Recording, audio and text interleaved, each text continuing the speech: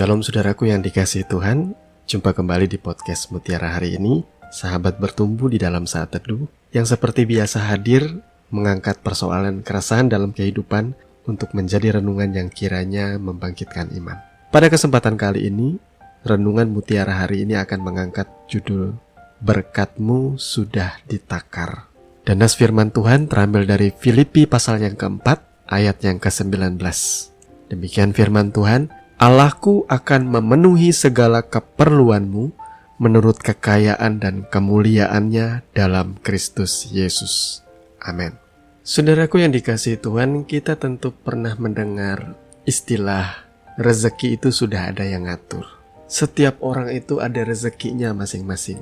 Dan untuk statement itu saya sangat setuju. Itu sebabnya kenapa judul renungan kali ini, Berkat-Mu Sudah Ditakar oleh Tuhan. Berkat dalam hal ini bagi saya ialah penyertaan dan pemeliharaan Tuhan. Karena makna dari berkat Tuhan itu tentunya sangat luas. Tetapi yang biasanya dipahami oleh masyarakat umum, berkat Tuhan itu biasanya berarti berkat materi atau berkat jasmani. Nah, saya percaya Tuhan sudah menakar berkat bagi setiap kita. Cukup untuk segala keperluan dan kebutuhan hidup kita. Makanya di dalam doa Bapa kami, Yesus mengajarkan kita berdoa. Berikanlah kami pada hari ini makanan kami yang secukupnya. Sehingga kalau hari ini kita bisa menikmati makanan yang begitu rupa, entah itu makanan yang mewah atau makanan yang biasa-biasa saja, maka patutlah kita tetap bersyukur kepada Tuhan. Karena sudah memberikan kita berkat yang cukup bagi hidup kita hari ini. Kadangkala kita yang bikin repot semuanya. Ketika kita menikmati makanan hari ini, kita mengeluh kita tidak menikmati makanan seperti teman kita yang ia share di Instagram. Oh, kok dia makan enak terus ya? Kenapa aku makanannya seperti ini?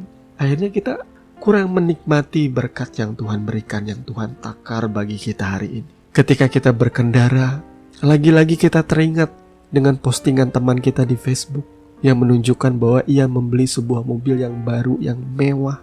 Lalu kita berpikir, aduh Tuhan, kenapa mobil ini mobil lama? Kapan digantinya Tuhan? Kita kurang lagi merasa cukup dan pada akhirnya kita tidak bisa bersyukur dengan tulus kepada Tuhan. Saudaraku, sadarilah bahwa kita memiliki kelimpahan di dalam Tuhan kita Yesus Kristus. Kalau ada Tuhan Yesus mau diam di dalam hidup kita, itu artinya kita orang-orang yang sangat kaya. Sampai Tuhan Raja di atas segala raja aja berkenan diam di dalam hidup kita. Kenapa kita merasa minder? Kenapa kita merasa kurang? Saudara pernah gak merasakan ketika saudara pertama kali fall in love, jatuh cinta? Mungkin di masa muda ketika engkau masih belum punya uang jajan yang banyak atau engkau tidak sekaya sekarang. Engkau makan di pinggir jalan dengan kekasihmu. Engkau merasa sukacita. Oleh karena apa? Bukan makanannya, tetapi karena engkau bersama Dia yang kau cintai. Nah, inilah seninya mengikuti Tuhan. Inilah indahnya perjalanan kita bersama Tuhan Yesus. Bahwa apa yang kita nikmati hari ini, kita menikmatinya oleh karena Tuhan diam di dalam hidup kita. Kita bersukacita. Apapun makanan yang kita santap hari ini, kita mengucap syukur atasnya. Karena semua itu yang Tuhan takar bagi kita. Tuhan memberkati hidup kita. Sampai kapanpun manusia itu tidak akan pernah puas dengan apa yang ia miliki di dunia ini. Sampai ia belajar untuk berkata, cukuplah Tuhan penyertaan-Mu dalam hidupku. Kemudian makna berkat Tuhan sudah ditakar dalam kehidupan kita sehari-hari juga bisa diartikan. Engkau tidak perlu takut dengan yang namanya pesaing dalam dunia usaha. Kompetitor. Tidak perlu takut. Karena seperti kebanyakan orang berkata, rezeki itu sudah ada yang atur. Berkat Tuhan itu sudah ada yang menakar. Saya adalah seorang wirausahawan dan di dalam bidang usaha saya tentu ada banyak pesaing, kompetitor.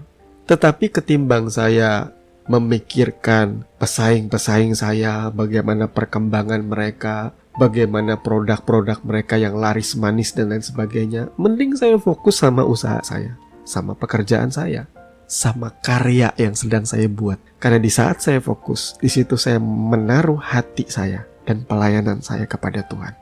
Sehingga saya bisa menghasilkan produk-produk yang bagus, yang terbaik. Dan saya bisa memberikan pelayanan dan jasa juga yang terbaik.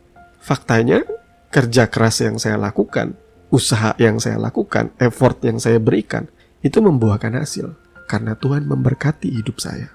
Selama pandemi corona, dimulai di awal tahun 2020, bahkan sampai hari ini, saya terheran-heran dibuat oleh Tuhan. Karena terus terang di awal pandemi jelas omset saya menurun dengan drastis. Tetapi dalam perjalanan yang berikutnya, sekalipun saya harus menutup toko offline saya, dan saya hanya bergerak secara online di dalam menawarkan jasa dan usaha saya mendapatkan satu fakta yang luar biasa, bahwa pemeliharaan Tuhan itu tetap terjadi setiap hari, setiap bulan, bahkan sepanjang tahun. Yang membuat saya kagum dengan Tuhan ialah omset yang saya dapatkan di akhir tahun kemarin saja itu berlipat-lipat kali lebih besar daripada apa yang saya pernah dapatkan ketika pandemi belum melanda negeri ini. Sekali lagi saya katakan saudaraku, berkat itu sudah ditakar oleh Tuhan. Tidak akan kurang, tidak akan lebih. Cukup bagi saudara. Maka buang segala iri hati dengki di dalam hatimu. Buang segala kekecewaan itu dan belajarlah menghitung berkat Tuhan sesederhana apapun itu. Engkau masih sehat, engkau masih kuat, engkau masih bisa beli ini untuk keperluan hidupmu. Bersyukurlah dan nikmatilah itu. Semuanya adalah berkat rahmat yang Tuhan berikan dalam kehidupan saudara. Tetapi mungkin ada di antara saudara yang hari ini mengeluh, saya sudah ikut Tuhan sungguh-sungguh, tetapi kenapa hidup saya seperti ini, terlunta-lunta, banyak hutang, dikejar-kejar oleh tagihan pinjol kemana-mana. Saya yakin dan percaya itu bukan salah Tuhan tentunya. Ia sudah menyediakan berkat bagi setiap kita. Dan berkat itu cukup bagi kita. Hanya saja kita yang mungkin salah dalam mengelola berkat itu. Atau yang kedua, kita salah bergaul. Ada orang yang karena salah pergaulan, mereka bergaul dengan orang-orang yang nyaman menjadi teman. Tetapi persahabatan ini juga membawa kesulitan secara ekonomi. Saya juga heran kadang bisa ada persahabatan yang seperti ini. Karena saking akrabnya sama si A atau sama si B, lalu si A mulai mengeluh, aduh aku butuh uang untuk keperluan rumah tanggaku. Akhirnya urusan rumah tangga orang lain menjadi beban bagi kita. Oh, aku tahu tempat pinjam uang. Kita pinjam uang sama orang, kita berutang sama orang, tetapi untuk membantu orang atau sahabat kita yang butuh uang ini, kan itu aneh bagi saya. Saudara sudah ada dalam pergaulan yang salah kalau begitu. Atau saudara masih hidup di dalam dosa. Karena saya banyak melihat orang seperti ini. Dia malas bekerja, kerjaannya cuma pinjam uang ke sana kemari. Kalau orang ini punya mental yang benar, dia datang ke rumah teman, dia nggak akan bilang, oh kamu ada dana nggak? Saya mau pinjam untuk keperluan keluarga kami, untuk bayar sekolah ini dan sebagainya. Enggak. Dia akan bilangnya seperti ini, kamu ada pekerjaan nggak? Aku lagi butuh kerja nih. Pekerjaan apa aja, aku siap. Nah, sikap seperti ini baru benar. Hari ini tuh jangan bingung cari kerjaan. Kerjaan itu banyak. Kamu gak usah bingung untuk melamar kerjaan di mana-mana.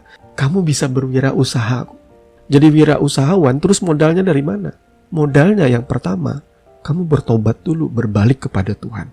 Kemudian yang kedua, kamu berdoa kepada Tuhan. Saya percaya Tuhan pasti akan membukakan jalan bagi saudara. Hanya saja ada faktor ketiga yang harus dipertimbangkan. Ialah jangan gengsi kalau engkau mau berusaha. Hari ini kalau engkau punya kendaraan sepeda motor, engkau bisa menjadi seorang driver Gojek atau Grab. Atau pekerjaan-pekerjaan yang berbasis aplikasi antar jemput dan lain sebagainya. Kalau engkau punya kemampuan untuk memasak, engkau bisa kok memasak nasi kuning, soto, berjualan menjajakannya secara keliling. Tidak usah gengsi. Kalau modalmu cuma sanggup untuk buat but-but minuman, untuk dijajakan di pinggir jalan, kerjakan itu dengan sukacita. Maka itu jalan berkatmu, di mana Tuhan akan memberkati engkau dengan limpahnya. Tetapi ingat, kelolalah keuanganmu dengan baik. Karena Tuhan pengen mencari bendahara-bendahara yang jujur. Artinya orang-orang yang bisa dipercaya dengan berkatnya. Jadi pada akhirnya saudaraku, yang saya ingin sampaikan ialah jangan pernah meragukan pemeliharaan Tuhan dalam kehidupan saudara. Setiap hari kita diberikan kesehatan, kekuatan, damai sejahtera, sukacita. Itu lebih daripada segalanya. Karena Tuhan itu adalah segala-galanya dalam hidup kita. Tuhan memberkati firman-Nya. Mari kita berdoa. Bapa, kami mengucap syukur malam hari ini untuk kebenaran firman-Mu yang sudah mengingatkan kami bersyukur dengan tulus, dengan jujur di hadapan Tuhan. Mengembalikan hati kami dan cinta kami kepada Engkau dengan sungguh, dengan tulus Tuhan. Bapa, tolong kami di dalam pergumulan kami, apabila usaha kami mungkin sedang seret, ada masalah. Tuhan, bukakan apa yang menjadi masalahnya, apa yang menjadi problemnya. Berikan kami hikmat untuk kami boleh membereskan dan menyelesaikannya. Ajar kami untuk menjadi bendahara yang baik, pengelola berkat-Mu yang benar Tuhan, sehingga kami bertanggung jawab untuk setiap rupiah yang Kau percayakan. Terima kasih Bapa. Di dalam nama Tuhan Yesus kami berdoa. Amin.